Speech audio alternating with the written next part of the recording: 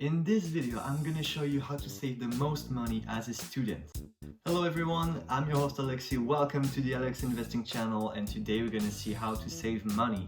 If you want to follow my journey and maybe learn about personal finance, money and passive income, hit that subscribe button right here to be notified for upcoming videos. Hope everyone is having an amazing day so far, and without any further ado, let's go and dive into how to save money as a student.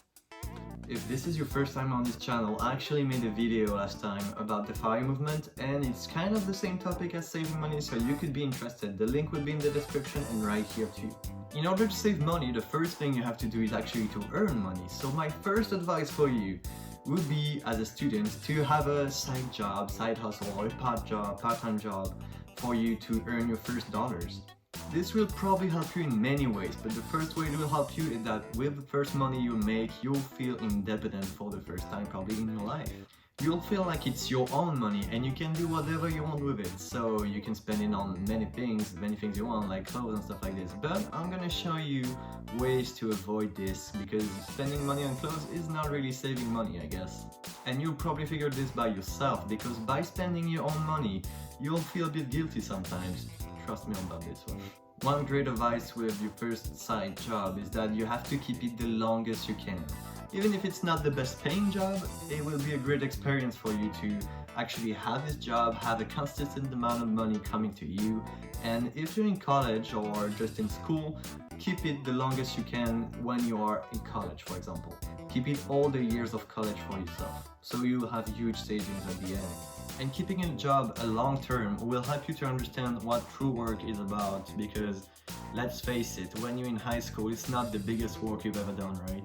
By the way, one of the advice with your work is that if you can't find any jobs, if it's hard for you to find something because they want you to have some sort of formation or some experiment in the job, one thing you can do is ask your school for opportunity, because a lot of the time, especially in college, they will offer you partnership with local companies that will help you in the long run to get a job. So just ask your school for that. Tip number 2 is that now that you're getting money, now that you're having actually an income, you should save 50% or more of your income. This is really important, and you'll see why. By the way, it can seem like a big amount of money to save, 50% or more, but imagine this: if you're in college or in high school, for example, and you still live by your parents, this is so easy to do. You don't have to pay for food, you don't have to pay for rent, you don't have to pay for your car, or maybe your car if you have one, but you don't have to pay for a lot of things, right? So saving money, if you're at your parents' house, is the best way to go. Saving money is a lot about self-discipline, so when you get paid, especially the first times, you'll be so happy actually. And the first thing you have to do is not go out and spend everything you have on everything you want, because everything you want is not everything you need. One way to help saving more money is, for example, to stop going out to eat. This may seem like a very little thing, but you'll see that if you go out, let's say 3 times per week out to eat something, this is not a lot of times, right? Well, that's a lot of money if you compare to what you have to pay when you eat at home, for example. To easily save 50% or more of your income, you should create a bank account. Probably a savings account. That would be the most logical thing to do, right? Well, yes, it's the most logical thing to do. You should create a savings account as soon as you get paid, and you should put money on it every single time you get paid, and every single time this should be the same amount. Because if you say, okay, this month I'm gonna put 50% of my income in this, and the next month you're like, oh, you know what, 30% is enough, right? No. 50% or more, but be consistent. This will help you a lot. And another benefit of having a savings account is that you don't keep your cash in cash. You see what I mean? Well, the problem with cash is that in the long run, it's losing value, just like in the savings account. But the difference with cash is that you don't have it in an account that has interest, because a lot of the times, savings account will have, it's really low, maybe 1 or 2% interest on it. So with putting your cash into a bank account, you're actually making a little bit more money each year. If you keep it in cash, with inflation rate going up and stuff like this, you'll lose value over your money. So don't do it. Put it on a bank account, or you'll see in the next point what you can do out of it. And also, if you start saving as soon as possible, you'll probably get like an expert in saving money. So do it as soon as you can, even if you have a very low paying job. I don't care, just save some money as soon as you can. You'll pick me for this one. Now, tip number 3. If you want more than just saving money, you can actually make a bit of money. Let's see how. Opening a savings account is actually a really good step, but you can go further by opening a brokerage app or brokerage account if you want, to actually start placing your money and make it work for you. 2 nice things about this. 1, just like the savings account, your money is placed somewhere. It means that you don't have it in your hands and you can just say, oh, let's go buy something with it. If it's placed and you can't just use it whenever you want, this is a great way to prevent useless expenses.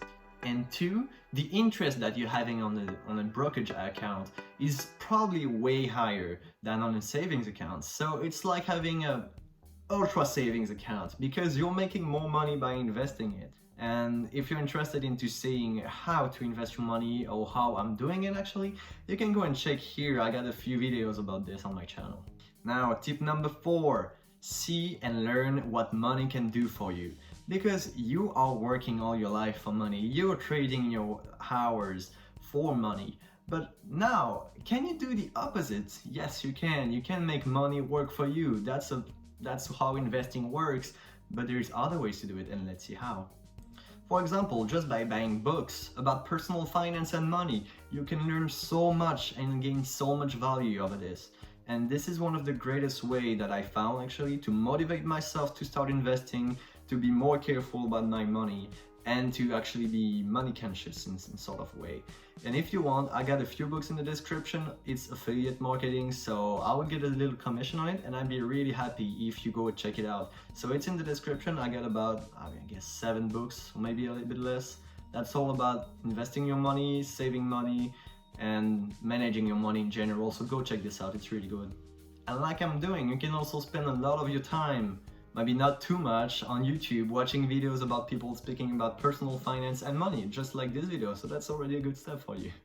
By the way, you can subscribe to this channel to have more information about money and personal finance. With all the books and the video that I watched, I learned a lot about, for example, minimalism, having a frugal life, or saving money in a certain way that's a little bit better than others. And you really can optimize your results with reading books and learning a lot. Especially on YouTube, there's so much content that it's always great to go and watch it. And also, if you follow channel about minimalism and stuff like this, you really understand the value of money, which goes back to tips number 2, I think it was. And if there is one thing to keep out of this video, is that don't buy things you don't need with money you don't have. And this is one point about debt that we'll see in a second. Tip number 5 is to understand more the value of money. And how you can do this? Well, let's see.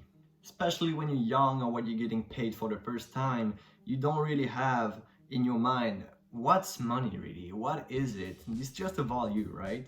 But what can you do with it? And that's what makes money interesting. You can do pretty much everything with money. And even if it doesn't make you happy, as people like to say it, it can make you open so many doors, and you can learn so many things and have a very special life that other people don't. So go and learn about the value of money. And how can you do this? Well, just like investments, you have to understand that money can give you instant pleasure if you want to go and buy some things, for example. But it can also, as I just said before, make you money. Using money to make money is pretty great, I guess. And how does it work? Well, you have to have a pretty long-term vision with your money, because if you just go out and spend everything and at the end of the day you're like, oh, I'm so broke, what's going on? No, it doesn't work like this. If you see your money and you're like, okay, if I invest this money right now that I don't really need at the moment, later I could maybe cash it out and it will have made myself more money. So that's how I see money. It's really interesting to see this point of view, but a lot of people don't have it. And if you're watching this video, it's already a good step that you're making. So tip number 6, you need to create a budget. What do I mean by this? Well, now that you're saving 50% or more of your income, if you're following what I said before, you should really watch out on what you're gonna do with the rest of your money. And what I like to do is to put a certain percentage, depending on how important it is, on the money that's rest. So imagine you saved half of your income this month, and now you're like, okay, this money is not gonna go on my savings, so you can actually spend it, but you have to spend it well. Because if you don't live here with your parents and you have to buy food, you have to pay rent, you have to put a certain percentage of what's rest of your money to be used in certain categories. For example, let's say you're gonna use 50% for groceries, 10% for rent, and another percent to pay for your car. And you should not break this percentage, and that's really important because it will get you disciplined about money. You should say, oh, I'm gonna use only 10% of my income this month to entertain myself, to go out with friends or stuff like this. And this is when you're getting disciplined because it's actually impacting your life. Let's say you don't want to impact it too much, you can have a higher percentage, but you have to be on a consistent one and don't go up and down all the time. And I know this video was only 6 points, but let's go with a 7 bonus one. I didn't include in the 6 tips because it's not really saving, it's more optimizing your finances, and I got a little bit of tips for you. Here are a few tips that will help you to save more money in the long run, even if you're really not saving money right now, but let's go. First, buying a coffee machine. Don't go out and buy Starbucks when you can make it at home, right?